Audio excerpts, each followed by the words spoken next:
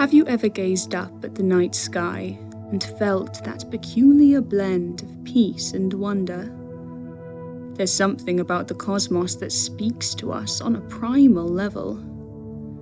Perhaps it's because we're made of the same elements forged in ancient stars: carbon, oxygen, nitrogen. The building blocks of life scattered across the universe by stellar explosions billions of years ago. Tonight, as you settle in, we'll travel together from the scorching surface of Mercury to the frozen plains of Pluto and beyond. We'll feel the crushing pressure of Venus, drift through the swirling clouds of Jupiter, and stand on the methane shores of Titan. I'll be your guide on this journey, describing not just what we know from scientific data, but what your senses would experience if you could truly visit these distant worlds. This journey will be both educational and dreamlike. As your mind begins to wander towards sleep, let the rhythms of the cosmos carry you deeper into relaxation. The universe, after all, moves in gentle cycles. Planets orbiting stars, moons circling planets, galaxies spinning in the endless dark.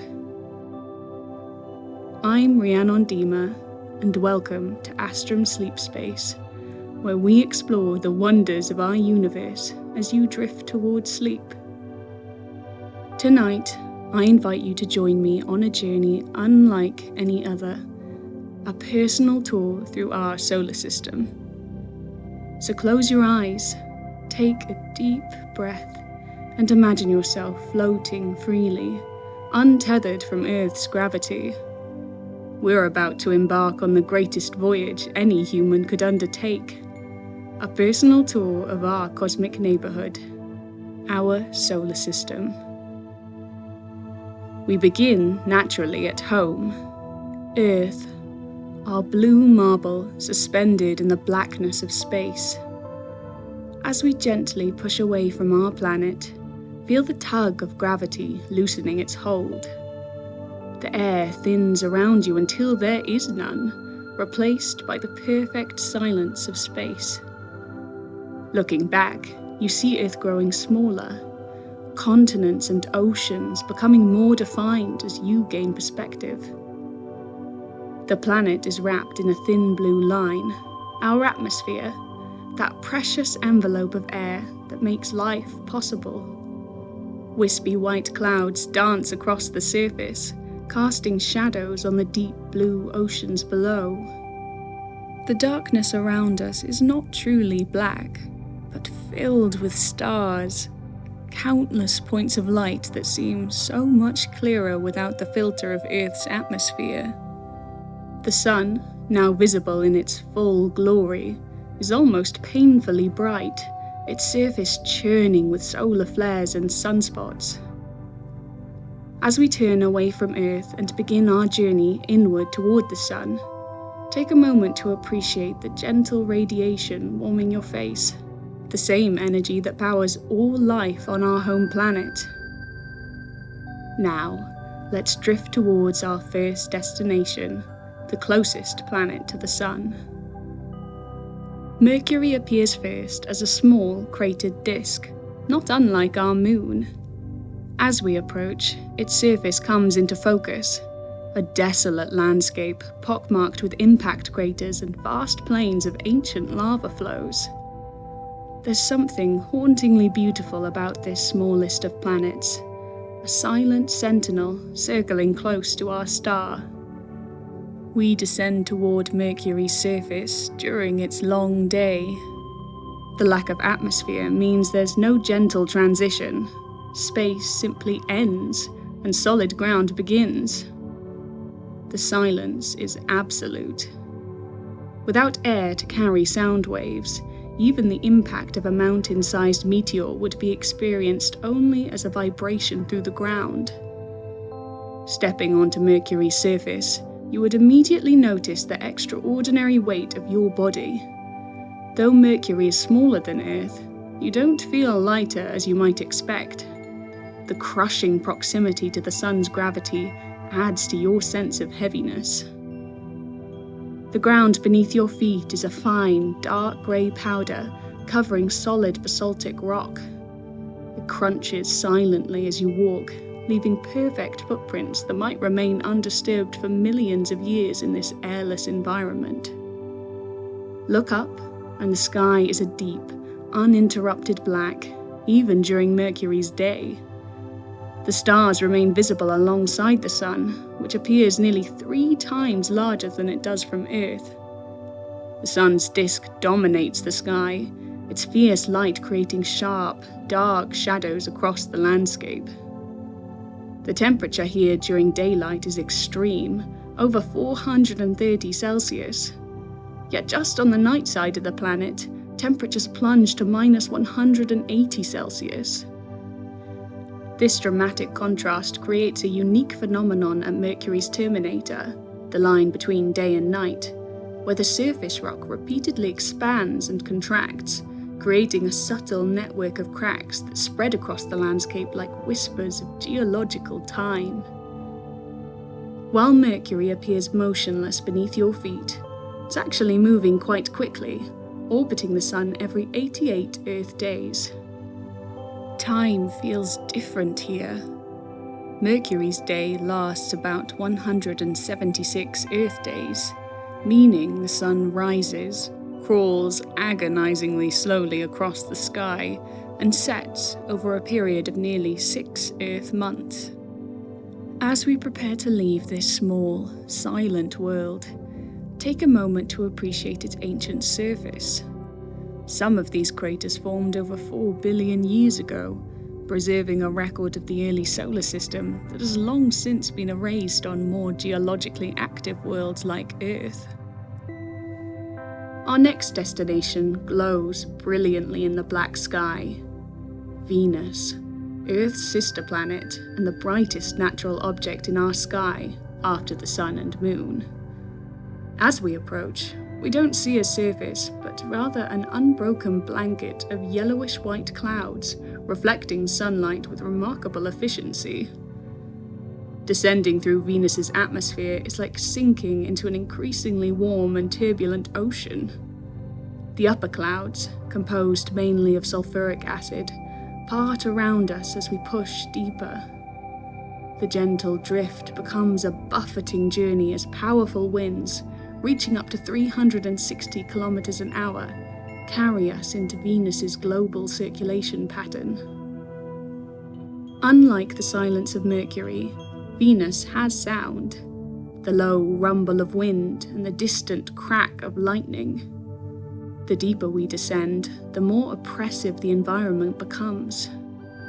The temperature rises dramatically, and the atmospheric pressure increases until it feels like being 1,000 meters underwater on Earth.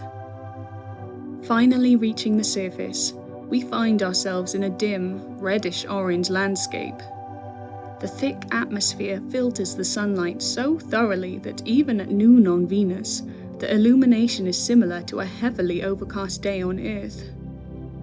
Looking up, you wouldn't see stars or even the sun, just the orange-tinted underside of the endless cloud deck. The surface of Venus is a nightmare of extremes. The hottest planet in our solar system, with surface temperatures of about 475 Celsius, hot enough to melt lead. The ground beneath your feet is primarily basaltic rock, but it doesn't look like normal rock. The intense heat and pressure have altered its appearance, giving many surface rocks a metallic sheen. Moving on Venus would feel like wading through a heavy, hot fluid due to the crushing atmospheric pressure, 92 times that of Earth at sea level. Each step would require significant effort, though you wouldn't feel heavier in terms of gravity, which is about 90% of Earth's. The landscape around you features vast plains punctuated by highland regions and thousands of volcanoes.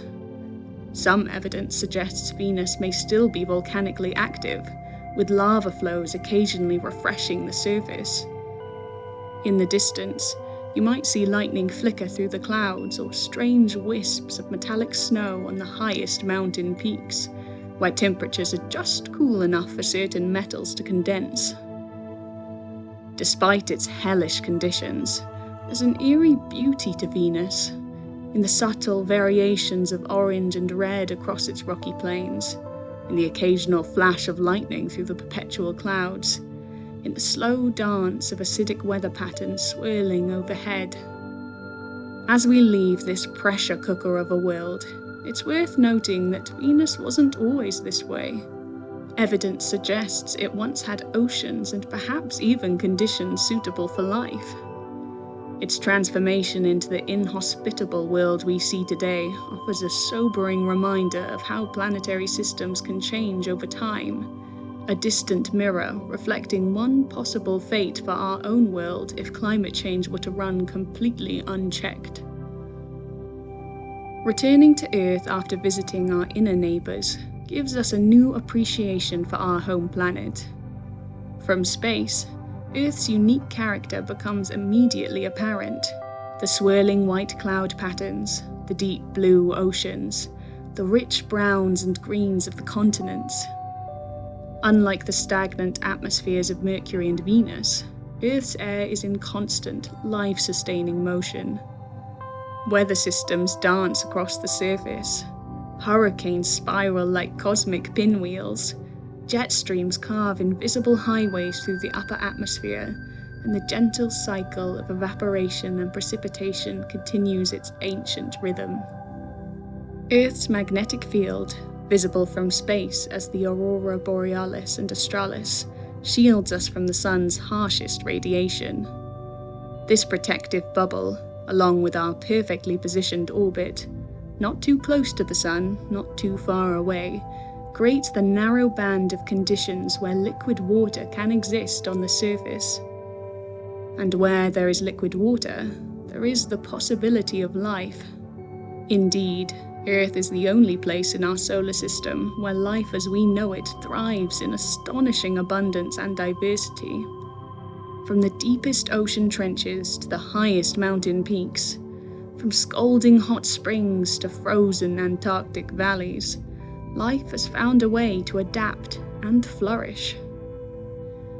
As we prepare to continue our journey outward, take a moment to appreciate the pale blue dot we call home, an oasis of life in the cosmic desert, a symphony of geological and biological processes playing out in perfect harmony.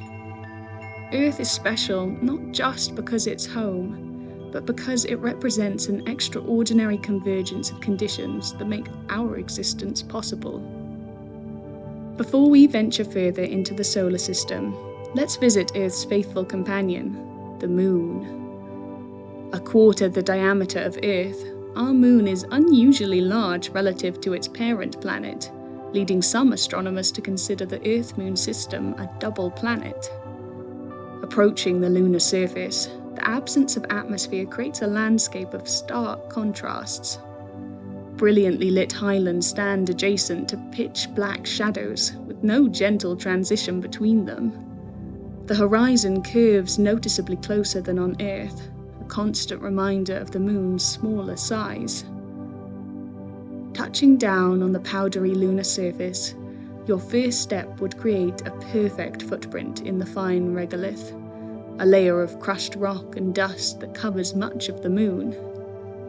This dust, created by billions of years of micrometeorite impacts, has a distinctive smell that astronauts have described as similar to spent gunpowder or charred ash. Movement on the Moon feels playful due to its gravity, only 1/6 that of Earth. Each step becomes a small bound, and objects fall in what appears to be slow motion. A rock tossed gently could travel 6 times farther than it would on Earth. This lower gravity creates a dreamlike quality to your movements, as if the universe itself has slowed down just for you. The lunar landscape is dominated by 2 main terrain types: the dark maria, ancient lava flows that early astronomers mistook for seas, and the lighter, heavily cratered highlands. Exploring these regions, you'll find an untouched record of the early solar system. Craters within craters, some over 4 billion years old. Looking up from the lunar surface provides one of the most breathtaking views in the solar system. Earth hangs in the black sky, a blue and white marble that never rises or sets if you're on the near side of the moon. It appears about 4 times larger than the moon does from Earth, rotating slowly to reveal different continents and oceans as the hours pass. Time works differently on the moon. Each lunar day lasts about 29.5 Earth days, meaning the sun rises and sets in extreme slow motion. During the long lunar night, the temperature plunges to minus 280 degrees Fahrenheit, or minus 173 Celsius, while the lunar day brings temperatures up to 260 degrees Fahrenheit, or 127 Celsius. The silence on the moon is profound. With no atmosphere to carry sound waves, the only audible sensations would come through direct contact with the ground, vibrations from your movements or from seismic activity deep within the moon's interior. This silence, combined with the unchanging landscape and the slow passage of the sun, creates a sense of timelessness, as if you've stepped outside the normal flow of existence. As we depart from this silent sentinel, consider that the moon has been Earth's constant companion for over 4 billion years. Its gravitational influence stabilizes Earth's axial tilt, creating the reliable seasons that allowed life to flourish. The moon is more than just a satellite. It's an integral part of our planet's story. Our journey continues outward to Mars, the red planet named for the god of war. From a distance, Mars appears as a rusty orange disk with hints of white at its poles, the seasonal ice caps made of water and carbon dioxide ice. As we descend towards the Martian surface, we pass through a thin atmosphere of carbon dioxide.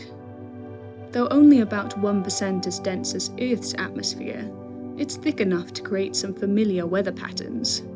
Clouds, fog, and even dust storms that occasionally engulf the entire planet. Setting foot on Mars feels somewhat similar to being on Earth, but with important differences. The gravity is only about 38% of Earth's, so while you wouldn't bound quite as dramatically as on the moon, you'd still feel noticeably lighter, able to jump higher and lift heavier objects with less effort. The ground beneath your feet varies widely depending on where you land.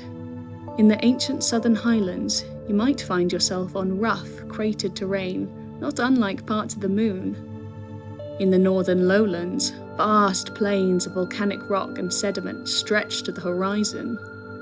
And in some regions, especially near the equator, fine reddish dust covers everything like a thin blanket. This dust gives Mars its characteristic colour, the result of iron oxide, essentially rust, formed over billions of years as trace amounts of oxygen in the atmosphere reacted with iron-rich minerals in the Martian soil. The dust is so fine it clings to everything, working its way into the seams of spacesuits and the mechanisms of rovers. Looking up, the Martian sky presents one of the solar system's more surreal vistas. During the day, it's not blue like Earth's, but rather a butterscotch colour, occasionally tinted pink or orange during dust storms. At sunset, this palette transforms into blues and purples, the exact opposite of Earth's reddish sunsets. This strange reversal occurs because Martian dust scatters light differently than Earth's atmospheric particles. The sun appears about 2/3 the size it does from Earth, providing less than half the light and heat. Temperatures rarely rise above freezing, even at the equator during summer, and can plunge to minus 195 degrees Fahrenheit, minus 125 Celsius, at the poles during winter. Mars is a world of extremes and contradictions. It hosts both the highest mountain in the solar system, Olympus Mons, a shield volcano 3 times the height of Mount Everest, and one of the deepest canyons, Valles Marineris, which would stretch from New York to California if placed on Earth. Evidence of Mars's watery past is everywhere. Dry river valleys cut across ancient terrain. Sedimentary rocks tell stories of long-vanished lakes, and mineral deposits suggest hot springs once bubbled across the surface. Though Mars is a desert planet today, it once flowed with rivers, lakes, and possibly even oceans. As night falls on Mars, the temperature drops rapidly without a thick atmosphere to retain heat. Looking up, you'd see 2 moons, Phobos and Deimos, tiny, irregular bodies that are likely captured asteroids. Phobos, the larger of the 2, races across the Martian sky so quickly that it appears to rise in the west and set in the east, sometimes crossing the sky twice in a single day. The stars shine with perfect clarity through the thin atmosphere, and Earth would be visible as a bright evening star, a bluish point of light carrying the subtle reminder of home. Leaving the relatively familiar terrain of the inner planets, we now venture into the realm of the gas giants. First comes Jupiter, king of the planets, a colossal world that contains more mass than all the other planets combined. From a distance, Jupiter appears as a banded, multicolored disk. As we approach, these bands resolve into an intricate system of clouds, swirling storms, eddies, and jet streams circulating in the upper atmosphere of the most dynamic planet in our solar system. Unlike the terrestrial planets we've visited so far, Jupiter has no solid surface for us to stand on. Instead, as we descend into its atmosphere, we experience a gradual transition from thin outer wisps to increasingly dense and pressurized gases. The upper atmosphere contains ammonia ice clouds that form the visible features we see from space, white zones of rising gas and darker belts where material sinks back down. These cloud bands circle the planet at different speeds, creating shear zones where massive storms can form.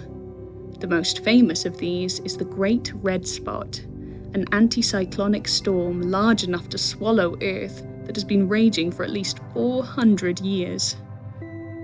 Descending further, the pressure and temperature increase dramatically. The ammonia clouds give way to ammonium hydrosulfide, creating a layer of brownish clouds.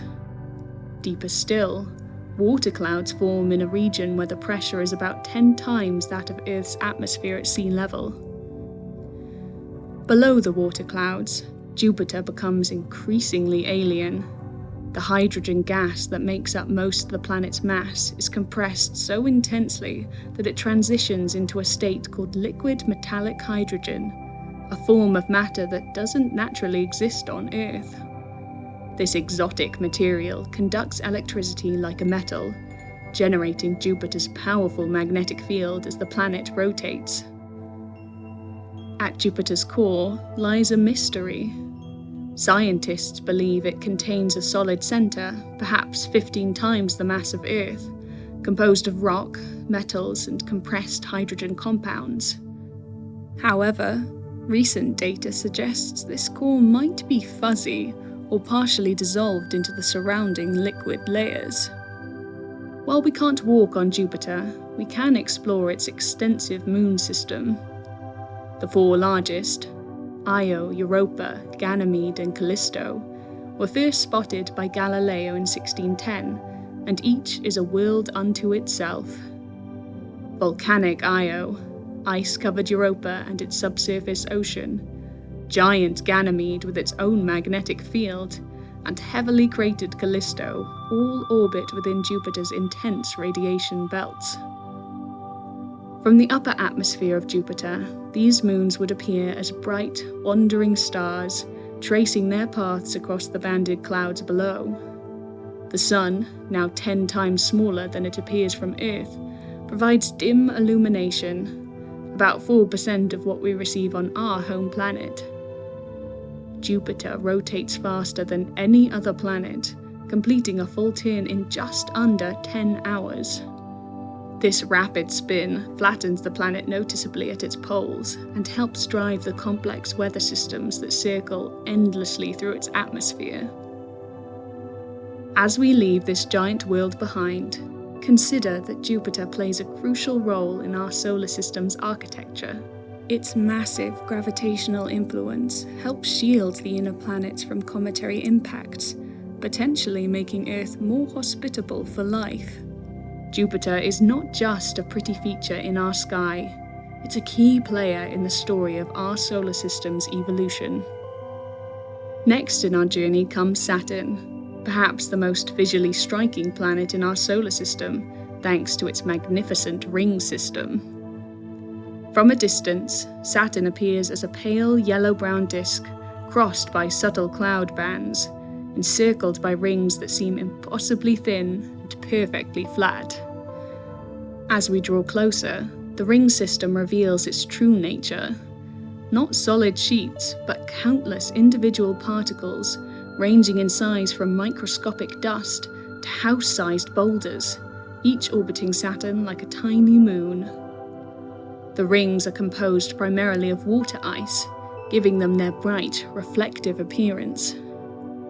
Like Jupiter, Saturn has no solid surface for us to stand on. Its atmosphere is composed primarily of hydrogen and helium, with traces of ammonia, methane, and water vapor that form the visible cloud layers.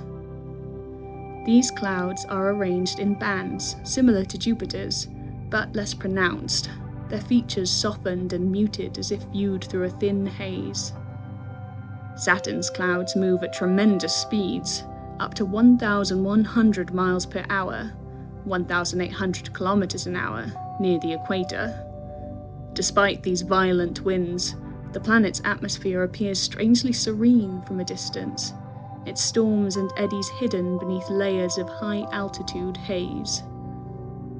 Descending into Saturn's atmosphere would be similar to our journey into Jupiter, transitioning from thin outer wisps to increasingly dense gases. The pressure and temperature rise steadily as we sink deeper, eventually reaching regions where hydrogen transitions to its liquid metallic state. Saturn spins nearly as quickly as Jupiter, completing a rotation in about 10.7 hours. This rapid rotation flattens the planet considerably. Saturn is the most oblate, flattened at the poles, planet in our solar system, with an equatorial diameter about 10% larger than the distance from pole to pole. Like Jupiter, Saturn radiates more energy than it receives from the Sun, suggesting internal heat sources. Perhaps the gravitational compression of helium as it sinks toward the planet's center. This internal heating helps drive Saturn's weather systems and contributes to its dynamic atmosphere. From within Saturn's upper clouds, the ring system would present an awe-inspiring sight. A bright, seemingly solid structure arching across the sky from horizon to horizon. Depending on your latitude on the planet and Saturn's position in its orbit, the rings would appear at different angles, sometimes edge-on and barely visible, other times tilted to display their full glory. Saturn's moons, at least 83 are currently known, range from tiny moonlets to Titan, the second largest moon in the solar system, and the only moon with substantial atmosphere. From Saturn's cloud tops, these moons would appear as bright stars moving against the background of more distant stars, occasionally passing into or out of the shadow of the rings. The Sun from Saturn appears about 1/100th as bright as it does from Earth, a distant, diminished light source, providing feeble illumination to this giant world. A day on Saturn would still be recognizable to human senses, but the quality of light would be more akin to deep twilight than the bright daylight we experience on Earth.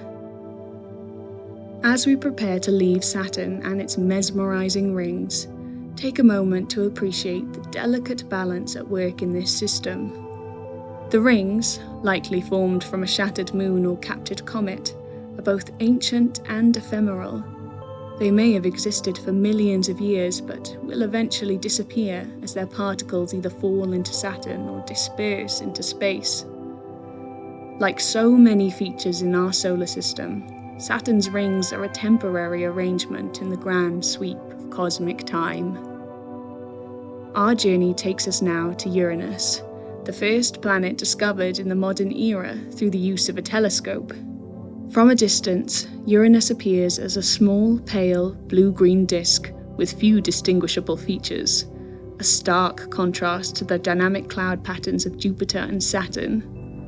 As we approach, the planet's uniform appearance begins to make sense. Uranus is surrounded by a thick layer of haze in its upper atmosphere, obscuring the deeper cloud layers from view. This haze is composed primarily of methane ice crystals, which absorb red light and reflect blue and green wavelengths, giving Uranus its distinctive cyan colour. Like its larger cousins, Jupiter and Saturn, Uranus is a gas giant with no solid surface.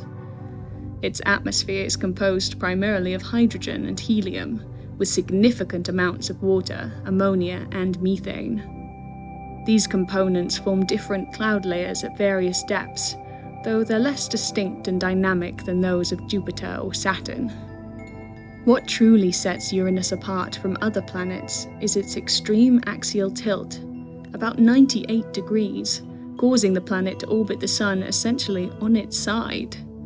This unusual orientation means that for half of Uranus's 84-year orbit around the Sun, one pole faces the Sun continuously, while the other experiences decades of darkness. Then, as the planet continues to orbit, the poles gradually shift until the opposite pole faces the Sun. This extreme seasonal cycle creates unique weather patterns. During the transition between seasons, the equator experiences the most direct sunlight, while during the solstices, one pole receives all the solar energy. This uneven heating drives complex atmospheric circulation patterns that scientists are still working to understand. Descending into Uranus's atmosphere, we would experience temperatures significantly colder than on Jupiter or Saturn. Uranus, unlike those planets, radiates very little heat from its interior. At the level where the atmospheric pressure equals that of Earth at sea level, temperatures hover around minus 353 degrees Fahrenheit, or minus 214 Celsius.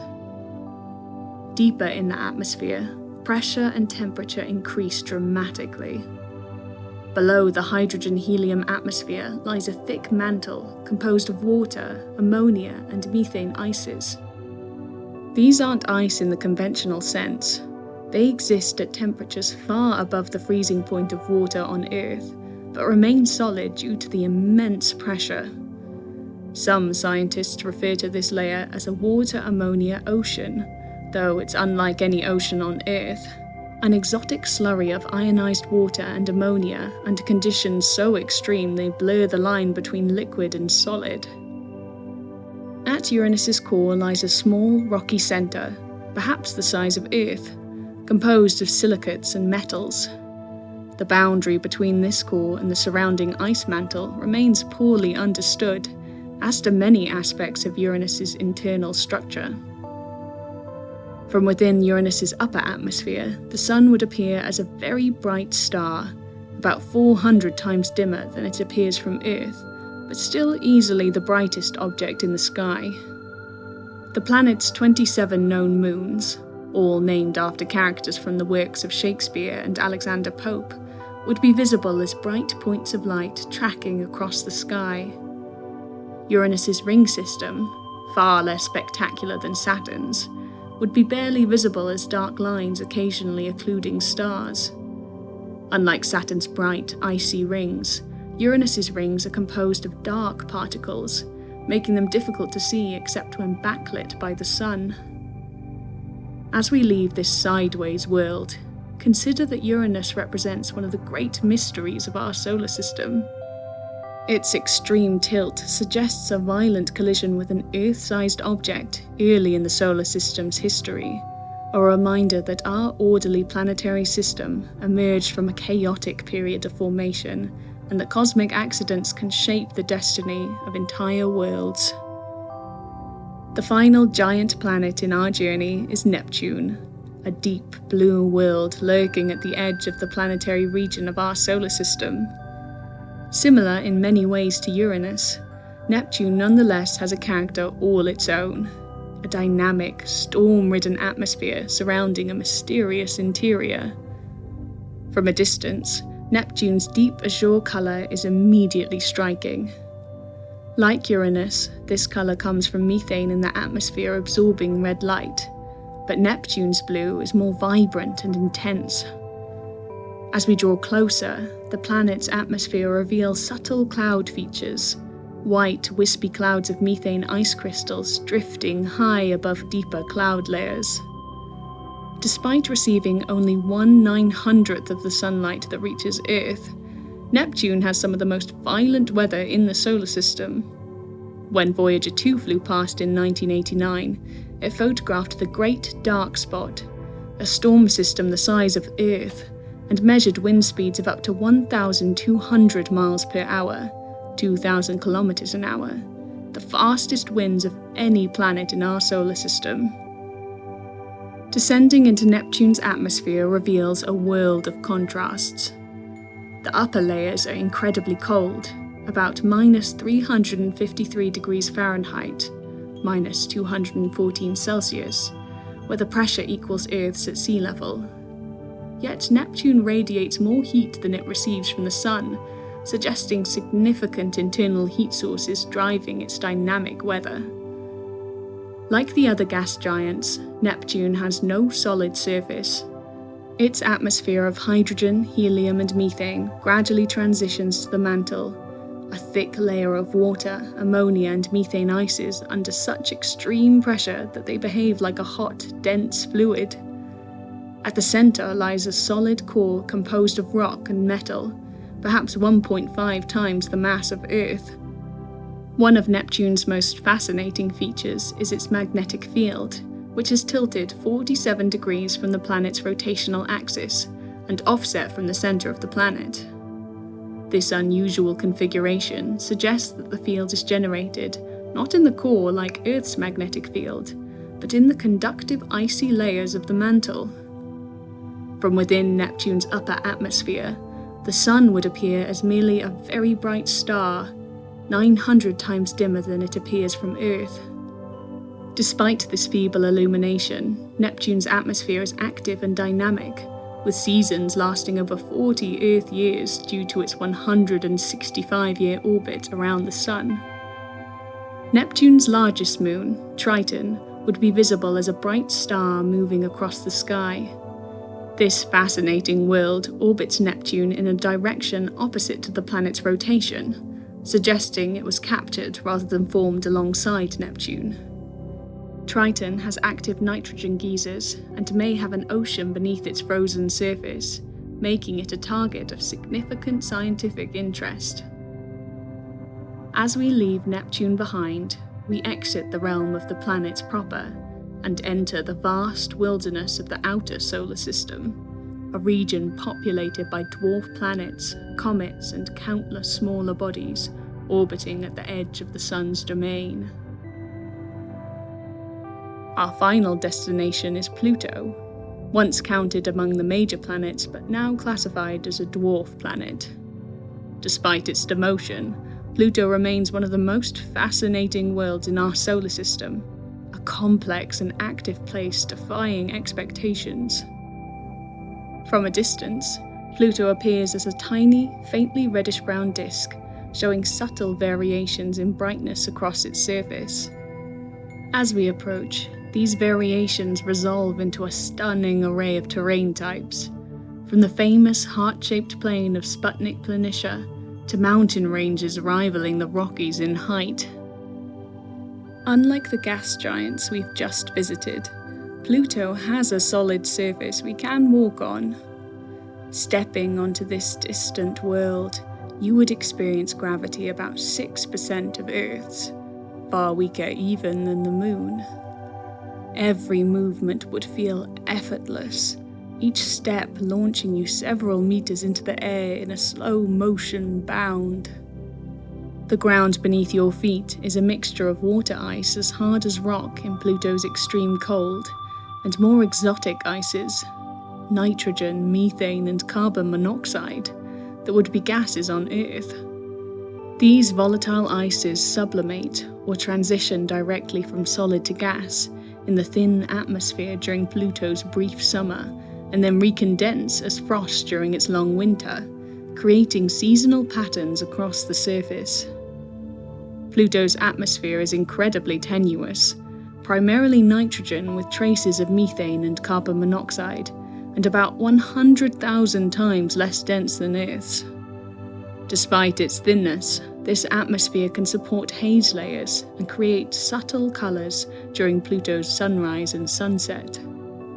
Looking up from Pluto's surface, the sky would be nearly black, even during daytime, with stars visible alongside the sun. That sun appears as an intensely bright star rather than a disk, about 1,600 times dimmer than it appears from Earth, but still providing enough light to read by. Pluto's largest moon, Charon, would dominate the sky, appearing about 7 times larger than our moon appears from Earth. Charon is tidally locked with Pluto, meaning the same sides of both worlds always face each other. From one hemisphere of Pluto, Charon would always be visible, hanging motionless in the sky, while from the opposite hemisphere, it would never be seen at all. Beyond Pluto lies the Kuiper Belt, a vast ring of icy bodies orbiting the Sun beyond Neptune. This region is home to trillions of comets and numerous dwarf planets, some possibly larger than Pluto. These distant worlds represent the ancient building blocks of the solar system, preserved in deep freeze since the planets formed over 4 billion years ago. Further still lies the Oort cloud, a spherical shell of icy objects surrounding the entire solar system, out to nearly quarter of the distance to the nearest star. From these distant reaches, the Sun appears as just another star, its gravitational influence barely enough to keep these objects in orbit. As we turn our spacecraft back toward the inner solar system, the Sun grows from a bright star back into a disk, and eventually into the familiar warming presence we know from Earth. The journey home gives us time to reflect on the incredible diversity of worlds we've visited, from the searing furnace of Mercury to the frozen plains of Pluto. Each planet and moon tells part of our solar system's story, a 4.6 billion year saga of formation, evolution, and complex interactions.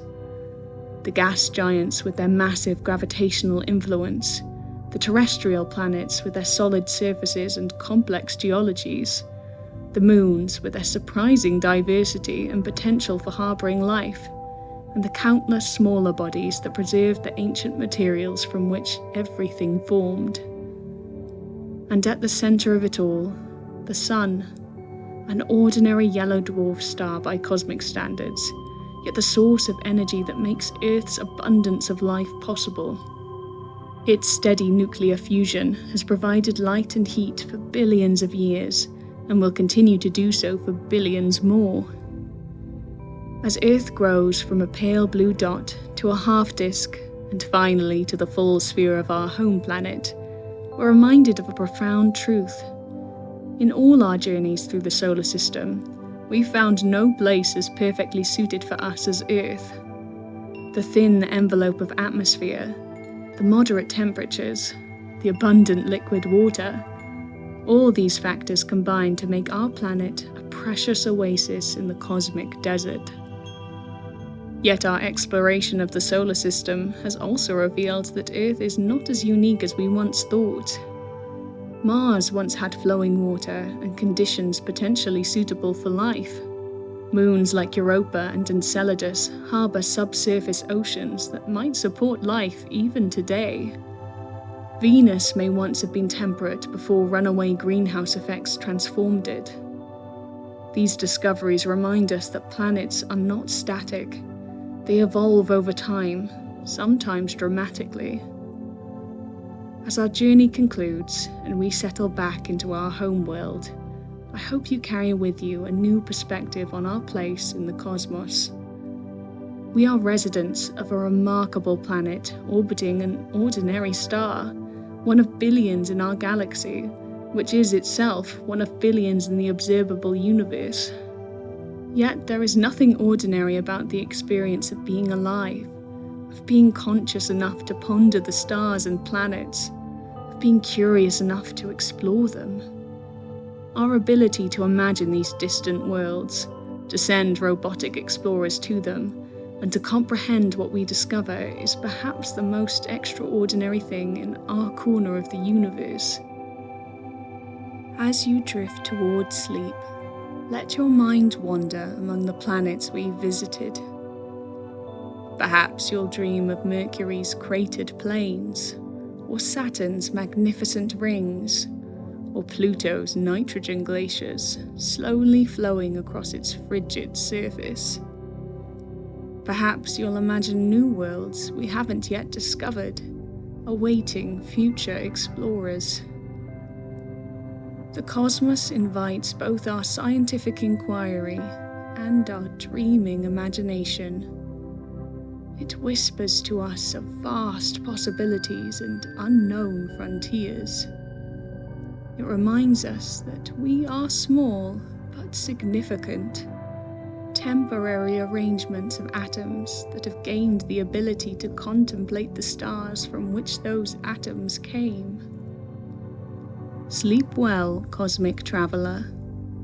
Tomorrow, when you look up at the sky, remember that you've already journeyed to the planets in your mind, and that the universe, in all its wonder, continues to unfold within you and around you.